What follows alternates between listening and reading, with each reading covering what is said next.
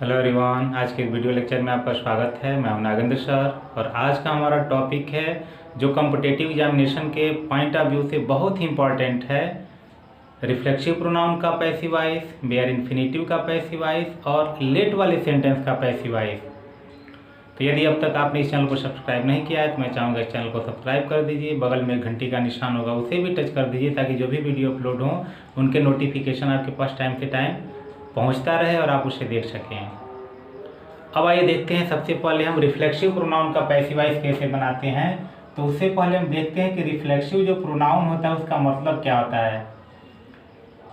तो जो reflexive pronoun होता है उसका मतलब देखते हैं। तो रिफ्लेक्सिव प्रोनाउन बना हुआ है रिफ्लेक्ट से।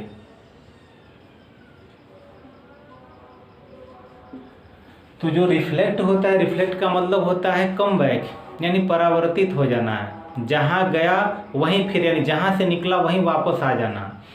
तो इसमें जो सेंटेंस में जो रिफ्लेक्सिव प्रोनाउन होते हैं उसमें सेल्फ और सेल्फ जुड़े होते हैं। जो भी रिफ्लेक्सिव प्रोनाउन होते हैं, अगर सिंगुलर होता है तो सेल्फ, प्लूरल होता है तो सेल्फ्स। जैसे सिंगुलर में देखते हैं तो myself, herself, himself. लेकिन वही जो प्लूरल होता है तो ourselves, themselves, yourselves, इस तरह के सेंटेंस आते हैं। तो अगर हम इसको डिस्क्राइब करना चाहें कि आखिर रिफ्लेक्सिव प्रोनाउन होता क्या है, तो जब सब्जेक्ट के द्वारा कोई भी एक्शन किया जाता है तो एक्शन का जो भी प्रभाव होता है वह पुनः सब्जेक्ट पर आ जाता है, तो वही रिफ्लेक्सिव प्रोनाउन होता है। तो आइए देखते हैं सबसे पहले किसी सेंटेंस को लेकर के इसका पैसिव वॉइस बनाते कहते हैं और वह सेंटेंस होता कैसा है। जैसे मैं एग्जांपल ले लेता हूँ कि अगर कह दिया गया कि ही एंज्योर्ड हिमसेल्फ, ही एंज्योर्ड हिमसेल्फ, यानी उसने अपने आप को जख्मी कर लिया। यानी जख्मी करने का काम किसी दूसरे को नहीं, यह जो प्रभाव है जख्म का यह खुद उठ करके इसी पर वापस आया है, तो यह रिफ्लेक्सिव प्रोनाउन है। अब इसका हम पैसिव वॉइस देखते हैं कि कैसे बनाते हैं। तो इसका रूल है सबसे पहले कि जो भी यह सब्जेक्ट होगा हम उस सब्जेक्ट को लिख देंगे। उसके बाद हम बी फॉर्म लिखते हैं, यानी जो भी बी और फॉर्म होता है उसका बी फॉर्म लिख देते हैं। उसके बाद वर्ब थर्ड फॉर्म लिख देंगे। उसके बाद बाई लिख देते हैं और इसी रिफ्लेक्सिव और प्रोनाउन को हम लिख देते हैं। जैसे दिया ही एंज्योर्ड हिमसेल्फ, उसने स्वयं को जख्मी कर लिया। तो अगर हम इसका पैसिव बनाते हैं तो सबसे पहले जो सब्जेक्ट है उसी सब्जेक्ट को हम जैसे है वैसे ही लिख देंगे, तो हो गया ही। उसके बाद दिया है बी फॉर्म, तो हम सबसे पहले जो टेंस है वर्ड देखते हैं तो यह पास्ट इंडिफिनिट है। तो पास्ट इंडिफिनिट होने पर जो बी फॉर्म होगा वह वाज वर होता है, प्रेजेंट होगा तो इज एम आर होता है। तो यहाँ पे पास्ट इंडिफिनिट है। अब चूंकि एंज्योर्ड थर्ड फॉर्म भी होता है, सेकेंड फॉर्म भी होता है, तो अब यह सेकेंड फॉर्म है, क्योंकि अगर यह थर्ड फॉर्म होता तो थर्ड फॉर्म के साथ हैज़, हैव या हैड जरूर आता है। तो यहाँ ऐसा नहीं आया है, इसलिए यह पास्ट इंडिफिनिट है। तो यहाँ बी फॉर्म की जगह पे हम, चूंकि ही सिंगुलर नंबर है तो इसके अनुसार हम वाज का प्रयोग करते हैं। तो ही वाज, तो बी फॉर्म हो गया। उसके बाद वर्ब थर्ड फॉर्म, तो यही सेकेंड और थर्ड दोनों होता है, तो इसको ऐसे ही लिख देंगे एंज्योर्ड। उसके बाद हमको लिखना है बाई। उसके बाद जो भी रिफ्लेक्सिव प्रोनाउन होगा उस रिफ्लेक्सिव प्रोनाउन को वैसे ही हम उतार देते हैं। ये हो गया। तो ही इंजर्ड हिमसेल्फ, उसने स्वयं को जख्मी किया, तो इसका पैसिव होगा he was injured by himself. तो इस प्रकार इसका यह पैसिव हुआ। एक और एग्जांपल लेते हैं। She hit herself, she hit herself, वह स्वयं को चोटिल कर लिया, यानी स्वयं को वह आघात पहुंचाई, जो भी वह मारने का कार्य है वह स्वयं को की है, तो उसने स्वयं को पीटा है, तो यानी पीटने का काम जो दूसरे को करना चाहिए उसका प्रभाव स्वयं पर आ गया है, तो इसलिए अभी हमारा रिफ्लेक्सिव प्रोनाउन है। तो इसका जब पैसिव बनाएंगे तो रूल वही है, तो यहाँ हो गया शी। फिर बी फॉर्म, तो हिट, हिट, हिट, यह तीनों फॉर्म होता है। तो अब यह प्रेजेंट इंडेफिनिट नहीं हो सकता है क्योंकि सी सिंगुलर नंबर है, और सिंगुलर नंबर होने पर यहाँ क्रिया में यानी वर्ब में यस या यह जुड़ा रहता, तो ऐसा नहीं है। तो यह अगर थर्ड फॉर्म होता तो यहाँ हैज, हैव, हैड तीनों में से कोई होता, तो वह भी नहीं है, तो इसलिए यह सेकेंड फॉर्म है, तो यह पास्ट इंडेफिनिट हुआ। तो इसलिए पास्ट इंडेफिनिट के अनुसार हम बनाएंगे, तो यहाँ बी फॉर्म की जगह फिर यहाँ पे वाज का प्रयोग करना होगा। तो she was, verb third form, तो हिट का तीनों फॉर्म हिट, हिट, हिट तीनों वही होता है, तो इसलिए यहाँ भी वह हो जाएगा हिट। उसके बाद हमें बाई लगाना है, तो यहाँ लिख दिया जाएगा बाई। उसके बाद रिफ्लेक्सिव प्रोनाउन, तो जो जैसे रिफ्लेक्सिव प्रोनाउन है हम इसी को वैसे उतार देंगे।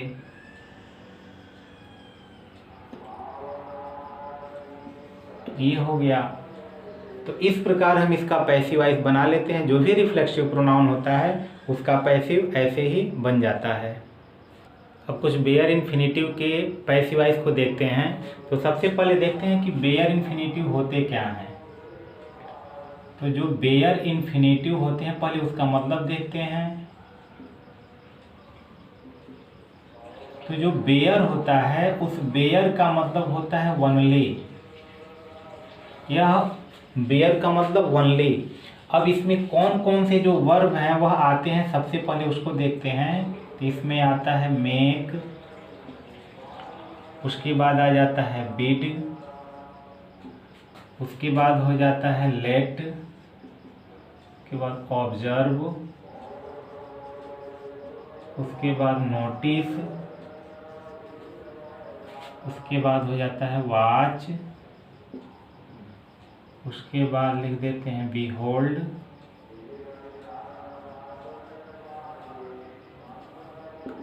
और भी सारे जितने भी और भी वर्ड इसमें यानी वर्ब बेयर इन्फिनिटिव के अंतर्गत आते हैं। तो अब हम सबसे पहले इसका एग्जाम्पल देखते हैं कि बेयर इन्फिनिटिव का सेंटेंस होता कैसा है। तो एग्जाम्पल के रूप में हम देखते हैं कि सबसे पहले अगर ले लेते हैं कि ही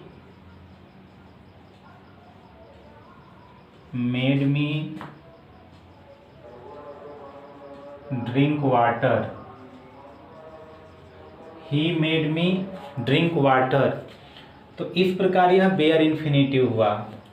तो यह सब्जेक्ट हो गया, यह वर्ब हो गया, ये ऑब्जेक्ट हुआ, और यह बेयर इन्फिनिटिव हुआ।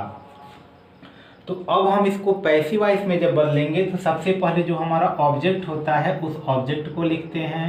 तो ये हो गया आई। उसके बाद यह चूंकि पास्ट इंडेफिनिट है तो इसके साथ जो भी हमारा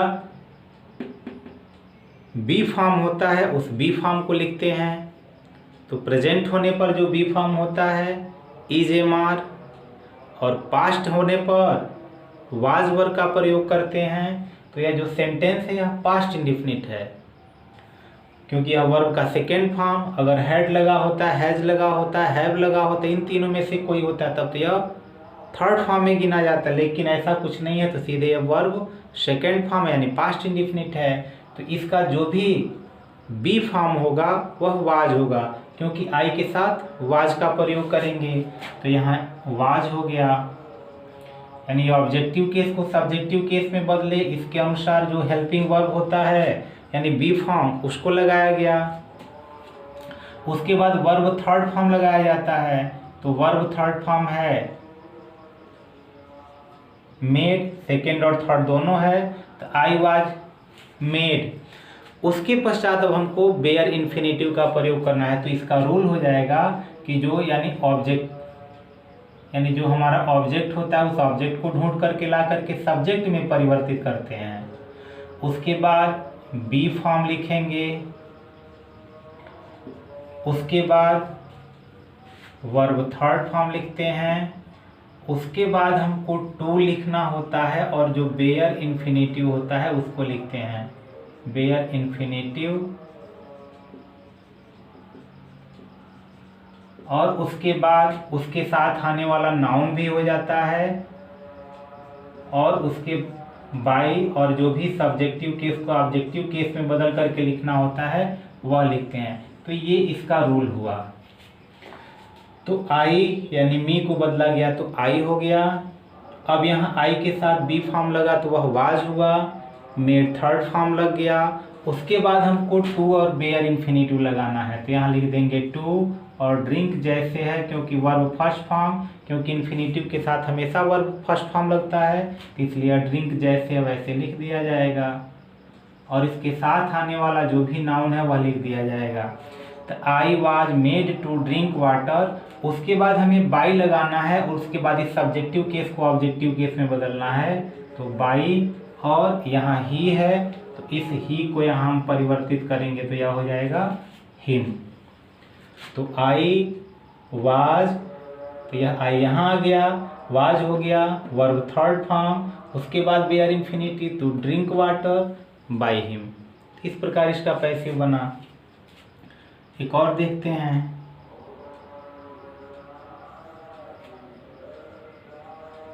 she made me sing a song, she made me sing a song. फिर इसका पैसिव देखते हैं। अगर इसको हम प्रेजेंट में बना देते हैं तो मेक्स कर देते हैं, she makes me sing a song. इसका अगर पैसिव देखते हैं तो फिर यहाँ मी आया है, क्योंकि सब्जेक्ट वर्ब ऑब्जेक्ट, तो ये मी यहाँ आएगा तो आई में परिवर्तित होगा। अब यहाँ प्रेजेंट इंडिफिनिट है, तो प्रेजेंट इंडिफिनिट होने के कारण जो यहाँ बी फॉर्म है वह बी फॉर्म एम में परिवर्तित हो जाएगा। आई एम, मेक इसका थर्ड फॉर्म मेड हो जाएगा, तो I am made.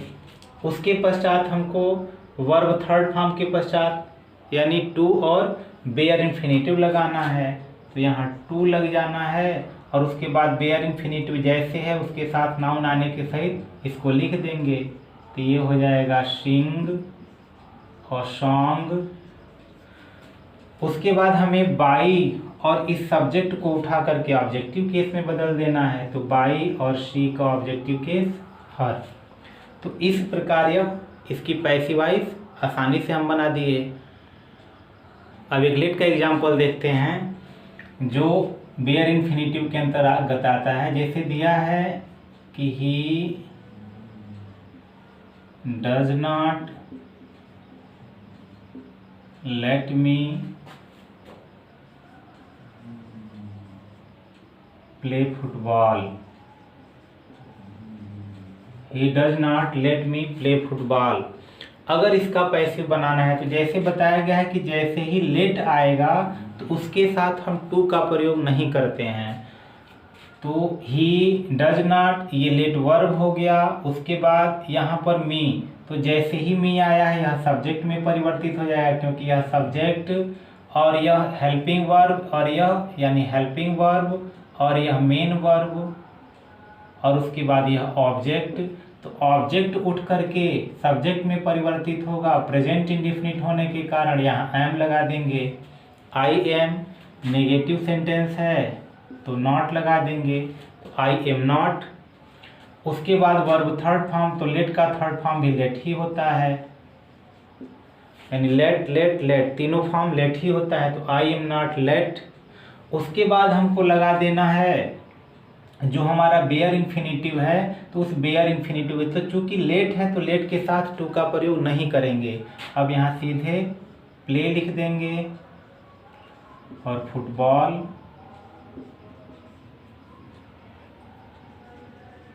Football.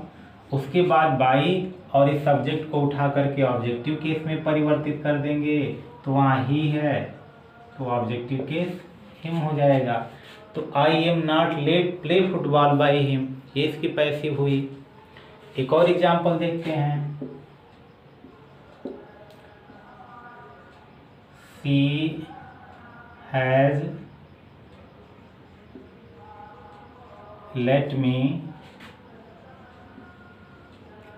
Read story, ये हो गया। He has let me read story, तो इसका पैसिव देखते हैं। तो फिर यहाँ ये सब्जेक्ट हुआ, ये हेल्पिंग वर्ब हुआ, ये मेन वर्ब हुआ, ये ऑब्जेक्ट हुआ।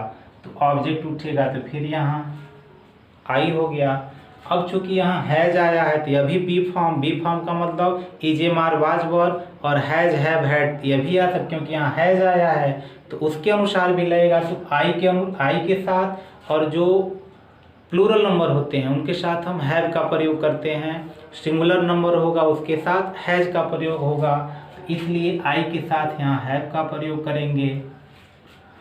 अब चूंकि हैव के साथ बीन का भी प्रयोग करेंगे तो यहाँ हो जाएगा आई हैव, उसके बाद यह तुरंत बीन लग जाएगा, और वर्ब थर्ड फॉर्म। तो चूंकि जो लेट होता है वर्ब के तीनों फॉर्म में होता है, तो यहाँ हो जाएगा let, I have been let. उसके बाद हमको लगा देना है बेयर इन्फिनेटिव।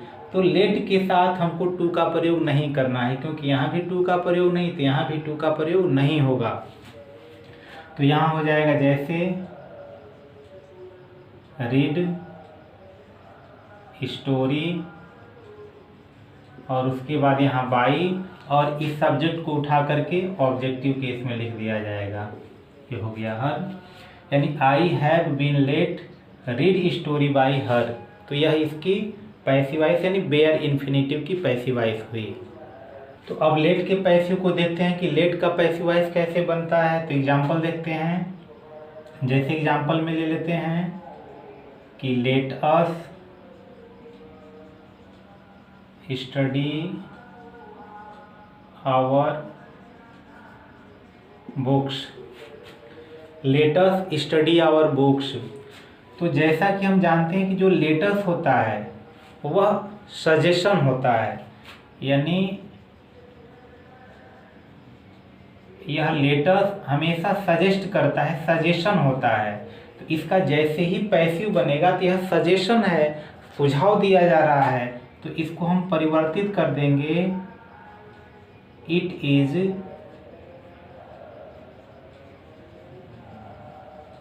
सजेस्टेड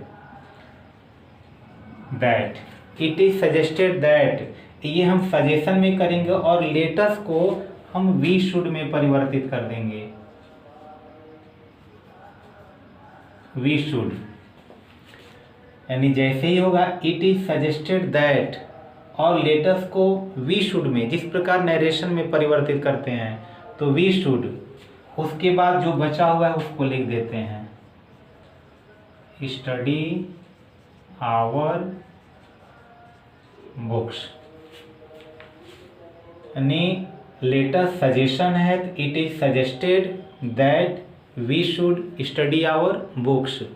एक और एग्जांपल देखते हैं। अगर इसको देखते हैं,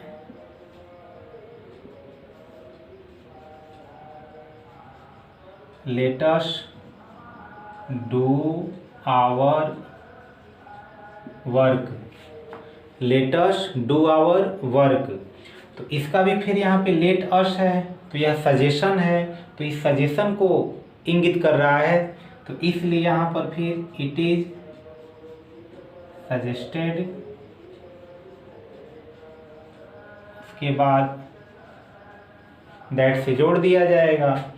फिर यह जो लेटस है इसको हम वी शुड में परिवर्तित कर देते हैं, वी शुड, और वर्ब से जैसे है वैसे उतार देते हैं, डू आवर वर्क। ये इसकी पैसिव हुई। तो इस प्रकार लेट का हम पैसिव वॉइस में परिवर्तित कर देते हैं। एक और देखते हैं, कुछ कंफ्यूजन होता है, एक और पैसिव देखते हैं इसका लेट का। जैसे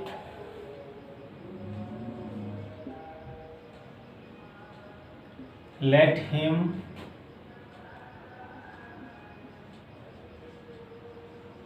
सॉल्व हिज क्वेश्चन। तो जैसा कि ये जो लेट है यह लेट इंपेरेटिव सेंटेंस होता है, let him solve his question, उसे उसका जो भी सवाल है हल करने दो। तो जब हम इसका पैसिव बनाते हैं, चूंकि यह वर्ब है, तो इस लेट को हम जैसे है, चूंकि इम्परेटिव सेंटेंस का पैसिव हमेशा लेट से प्रारंभ होगा, तो लेट हम लगा देंगे। उसके बाद हम ऑब्जेक्ट को लाएंगे। अब यहाँ हो जाएगा हिज क्वेश्चन,